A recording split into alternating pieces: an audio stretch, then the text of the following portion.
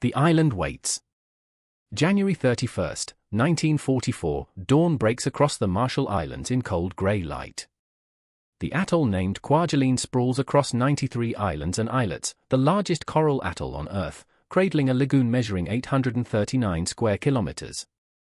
On this morning, it belongs entirely to the Japanese Empire. 12,000 soldiers have dug into concrete bunkers, constructed pillboxes along the lagoon shore, and positioned anti-tank ditches across the coral sand. They believe this fortress is impregnable. They have heard the propaganda. They have read the orders. They understand their duty. But within 4 days, nearly all of them will be dead. This is the story of how an American Marine with a flamethrower on his back would come to reshape the meaning of the word firepower. For months, American planners had circled this atoll on their maps and spoken of it in whispers. Kwajalein represented something more than an island. It was the first true penetration into what the Japanese called their outer ring, the defensive perimeter meant to protect the empire itself. To capture it, Admiral Raymond Spruance mobilized 85,000 men and 300 warships. The scale was breathtaking. The preparation was methodical. The outcome seemed predetermined to everyone except the men who would have to fight for it. Japan's military leadership believed they had selected wisely. The Japanese High Command had concluded that if Americans invaded the Marshall Islands at all, they would approach from the ocean side, breaching the outer reef. So the fortifications at Kwajalein face seaward, bristling with coastal defense guns, anti-tank obstacles arranged in killing zones, and hundreds of machine gun positions sited with overlapping fields of fire. The concrete pillboxes were built low and squat, designed to survive artillery bombardment. The anti-tank ditches ran in complex patterns. The beach obstacles, those twisted steel and concrete tetrahedrons and log barricades, formed barriers that stretched from the tide line deep into the lagoon. The Japanese garrison commander, Major General Remigi Ishijima, had overseen these defenses with an eye toward attrition. Every American who landed would face concentrated fire. Every meter gained would cost blood. It was the strategy that had worked at Tarawa. It was the doctrine that Japan's military trusted absolutely: make the landing costly enough, inflict enough casualties, and perhaps the Americans would lose their will to continue. They did not anticipate that American tactics had evolved. They did not understand what was coming across the lagoon. For the Americans had learned from Tarawa. Admiral Richmond Kelly Turner and General Holland Smith and the commanders of the 7th Infantry Division had studied the photographs, read the casualty reports, and understood one fundamental truth: the preliminary bombardment at Tarawa had been insufficient. Concrete withstood bullets. It absorbed explosions at a distance. But what if you could pulverize it completely? So the Americans prepared an assault unlike any yet seen in the Pacific War. For 3 days, before the first Marine or soldier even touched the sand, the island of Kwajalein experienced fire on a scale that approached apocalypse. Battleships positioned themselves within a mile of the beach and poured 6,000 tons of shells directly onto the island, more than double what had fallen on Tarawa. Destroyers raked the fortifications with rapid fire. Cruisers added their weight to the bombardment. Army and Navy aircraft dropped bombs continuously, turning the landscape into a moonscape of craters and shattered coral. In total, more than 36,000 rounds of naval gunfire fell on Kwajalein Island alone. American bombardiers released over 15,000 tons of explosives across the atoll. Engineers in forward observation posts reported that the coral itself had been churned to powder in many areas. The beach obstacles were obliterated. The coastal defense guns were buried under mountains of debris. When the bombardment finally ceased, the island was scarcely recognizable. What the Japanese defenders experienced during those 3 days could hardly be called combat. It was annihilation by a force they could not touch, could not see in any meaningful way, and could not escape. They cowered in underground shelters and concrete bunkers, experiencing concussions from nearby impacts that fractured bones, ruptured internal organs, and drove men into states of shock. The psychological effect cannot be overstated. After Tarawa, Japanese military strategists had believed that their coastal defenses could survive any preliminary assault. The experience at Kwajalein proved this belief catastrophically false. And yet, when the Americans finally came, the Japanese soldiers who remained alive, who had not been killed outright by shells and bombs, who had not lost their minds to the relentless percussion of artillery, they did what they had been trained to do. They prepared to fight to the death. On the morning of February 1st, the first waves of Americans began their assault. The 7th Infantry Division soldiers loaded into landing craft and approached the beaches codenamed Red 1 and Red 2. The Japanese expected this. Their remaining machine guns were positioned to rake the landing craft. Their riflemen waited in intact bunkers. Suicide counterattacks were organized. Ammunition was distributed. Orders were given to hold to the last man. But something fundamental had shifted. The bombardment, despite its titanic scale, had left many Japanese positions intact but severely damaged. More critically, it had created an environment of complete devastation that disoriented defenders and disrupted communication between units. The Americans' assault was met with sporadic fire rather than the concentrated wall of bullets that had greeted them at Tarawa. The landing force advanced inland, clearing bunkers with grenades, rifles, and carbines. But as they moved deeper into the island, they encountered fortifications that conventional weapons could not easily neutralize. Concrete pillboxes with multiple firing ports, underground ammunition storage facilities with connecting tunnels, and tank traps that slowed their advance. Machine gun fire came from positions that had been missed in the bombardment. Casualties began to accumulate. It was at this moment, as American commanders recognized that their assault was not progressing as rapidly as they had hoped, that a new weapon came into the battle. The flamethrower was not new to warfare. Germany had first deployed it in the First World War, and military theorists had understood its potential for decades. But the Americans, through experimentation and hard-won experience, had developed tactical doctrine for the flamethrower that transformed it from an experimental weapon into a system-level assault tool of extraordinary effectiveness. The M2-2 flamethrower weighed 70 pounds when fully loaded. It consisted of 2 cylindrical tanks carrying thickened gasoline, a pressure system, and a wand-like gun with an ignition mechanism at its tip. When an operator pulled the trigger, the ignition system created a spark, and the pressurized fuel ignited into a stream of flame that traveled nearly 150 feet, clinging to surfaces and burning at temperatures so intense that water had almost no effect. American Marines began moving into positions near the Japanese bunkers. One operator would position himself with a clear line to the firing port or entrance of the fortification. A cover team would establish fields of fire to protect him. Then, the flamethrower operator would approach to within 75 or 80 feet and direct sustained bursts of flame through the opening. What happened inside those bunkers is described in sparse, clinical military reports.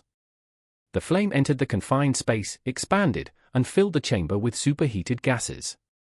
Soldiers sheltering within experienced, in seconds, what could only be described as incineration. But more than that, the psychological effect was instantaneous and devastating. Men accustomed to the concussions of artillery, to the whistle of incoming shells, to the bark of machine gun fire, suddenly faced a weapon that violated every assumption of their defensive doctrine. Concrete was supposed to protect. Underground fortifications were supposed to be safe.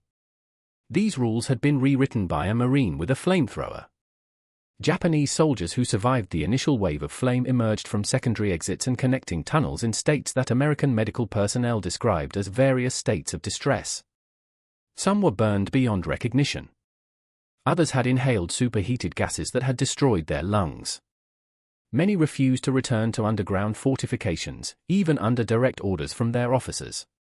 One Japanese tactical analysis, preserved in Allied intelligence files, documented the effect with brutal honesty. The analysis stated that flamethrower attacks effectively neutralized bunkers and caused heavy casualties to defenders and confirmed that the psychological impact created terror disproportionate to its actual casualty-producing capability. The document noted that positions attacked with flame frequently surrendered or were abandoned, even when still defensible by conventional standards. But what the Americans realized was that the flamethrower was not just a weapon, it was a system that integrated seamlessly with their combined arms approach. While the flamethrower operators worked, infantrymen with rifles and grenades maintained security. Supporting artillery continued to pound broader areas. Combat engineers, seeing the flamethrower clear a position, rushed forward with demolition charges to permanently destroy the fortification, ensuring the Japanese could not reoccupy it. Over the course of February 1st and February 2nd, American forces pushed across Kwajalein Island. The concrete blockhouses that had seemed to promise survival to their occupants became tombs. Pillboxes that had been constructed with overlapping fields of fire became liabilities as the flamethrower rendered their firing positions irrelevant. Trenches meant to shelter riflemen became death traps when flame poured into them from multiple directions. The speed of the assault shocked even American commanders. The preliminary bombardment had been designed to last 3 days. In the end, it had prepared the battlefield so thoroughly that the actual fighting, while intense and costly in moments, was compressed into a timeframe that surprised no one more than those planning the operation. Kwajalein Island was declared secure on February 4, just 4 days after the assault began. The casualties tell the story in numbers that approach abstraction. Of approximately 5,000 Japanese defenders on the main island, more than 4,800 were killed.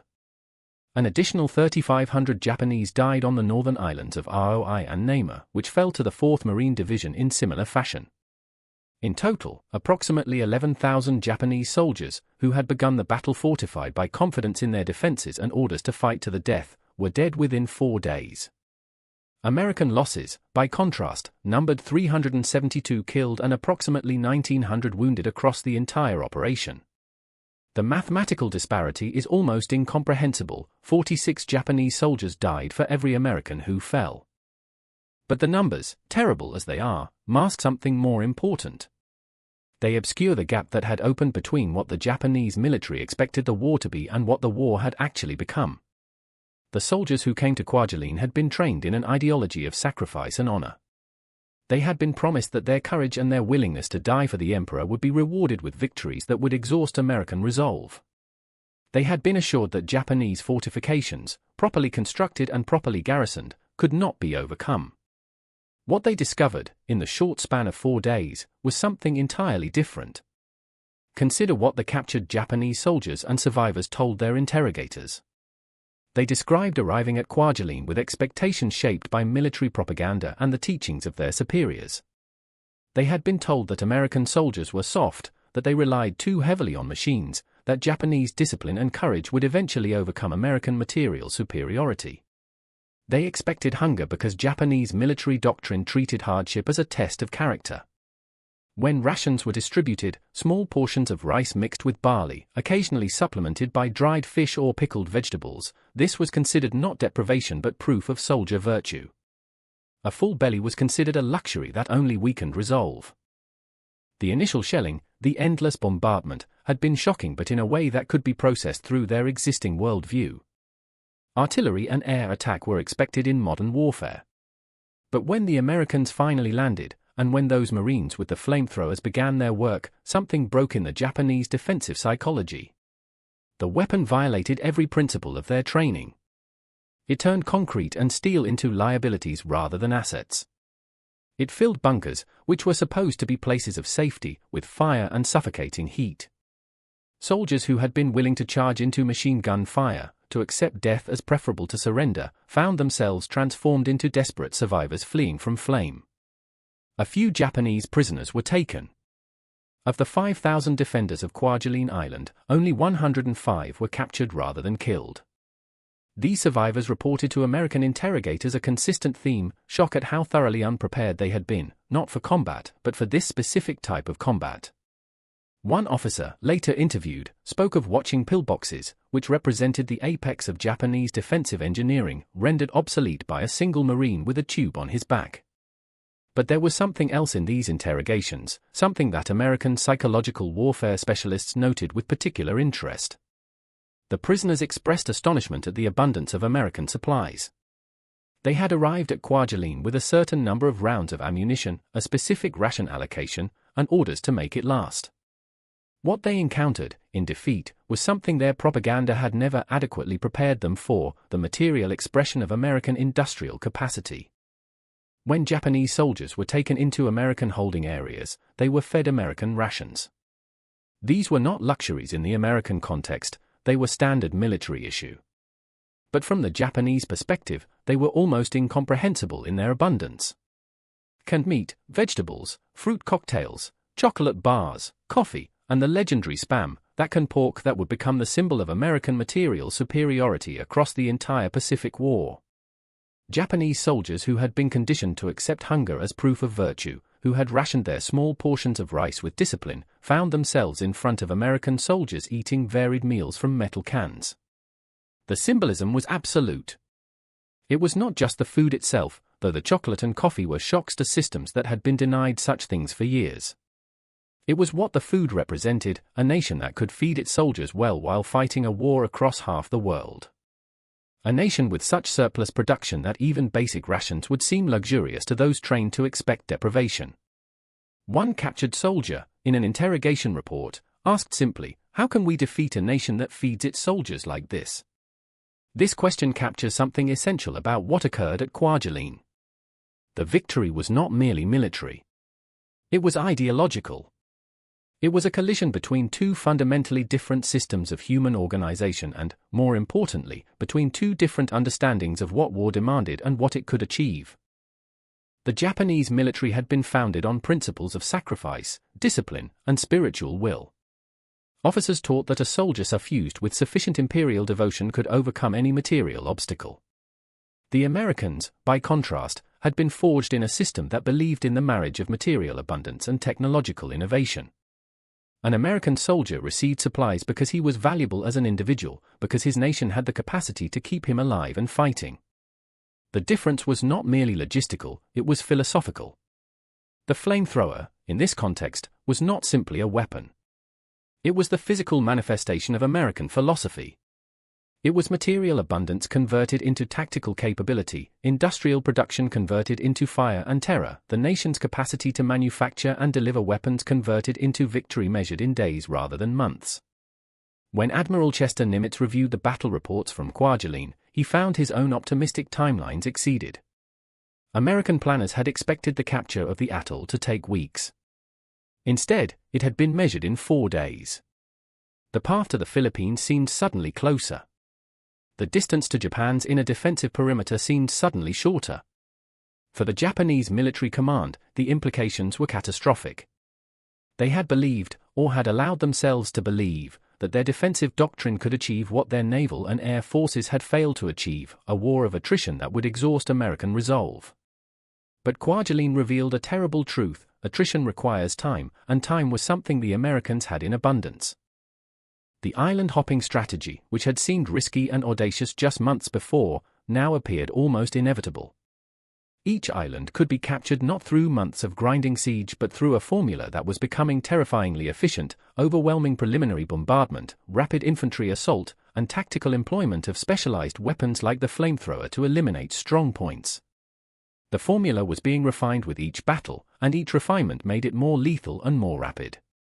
What came after Kwajalein would be Eniwetok, then the Marianas, then Guam and Tinian and Saipan. The flamethrower would be there at each of these battles, evolving into even more specialized forms, mounted on tanks, deployed by engineers in teams, becoming increasingly central to the assault doctrine. Japanese commanders, learning from Kwajalein and the battles that followed, would abandon the strategy of beachline defense altogether. Instead, they would dig deeper, build more elaborate underground fortifications, and attempt to force the Americans to bleed for every island through sheer depth of defensive preparation. But the essential fact would remain unchanged. American material superiority, combined with tactical flexibility and technological innovation, had proven decisive. The flamethrower at Kwajalein was not the end of Japanese resistance in the Pacific. But it was a marker, a moment when it became clear that Japanese military theory, no matter how refined or how fanatically executed, could not overcome the gap between what American industry could produce and what Japanese industry could match. In the months following Kwajalein, American military planning accelerated dramatically.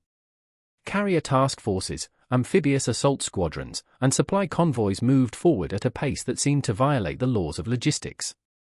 The American Pacific Fleet, supported by an industrial base that produced ships faster than they could be sunk, projected power across distances that seemed almost impossible.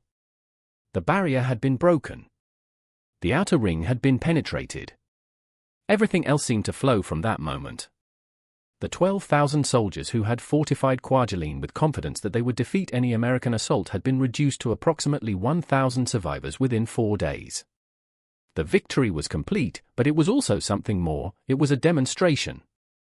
It showed what American combined arms doctrine, properly executed, properly supported, properly equipped, could achieve against prepared positions defended by disciplined soldiers. It showed that fortifications, no matter how well constructed, could be overcome through the integration of overwhelming firepower, strategic innovation, and specialized assault weapons.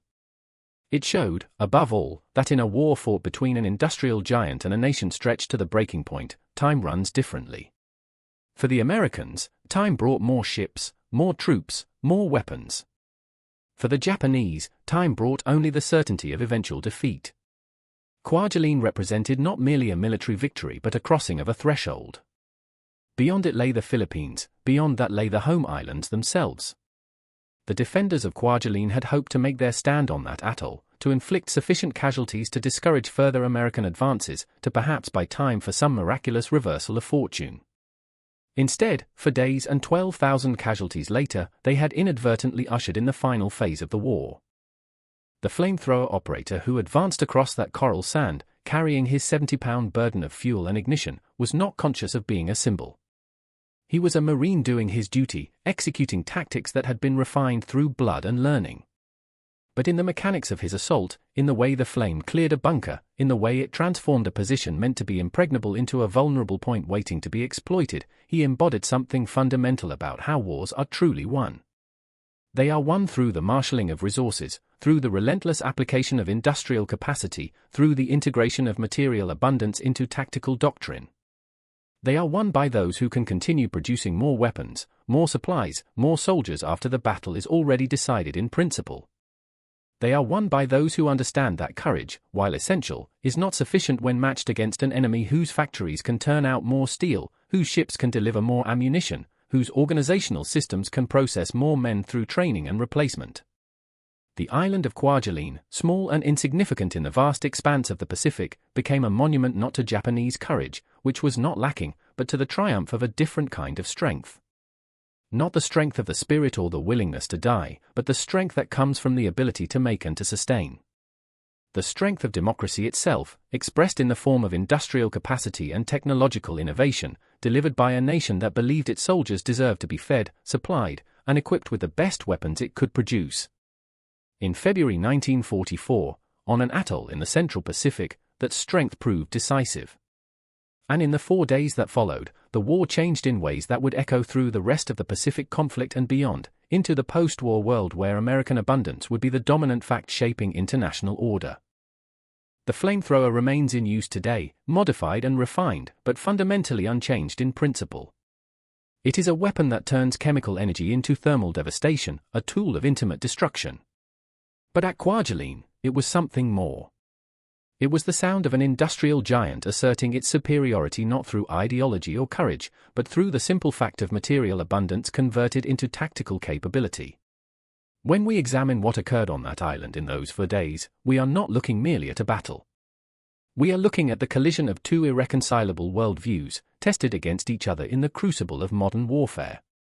And what emerged from that crucible was a truth that no amount of courage or sacrifice could alter. In the 20th century, wars are decided not by the warriors but by the factories behind them. Kwajalein proved this beyond doubt, and in proving it, it helped to shape the trajectory of the entire remaining conflict in the Pacific.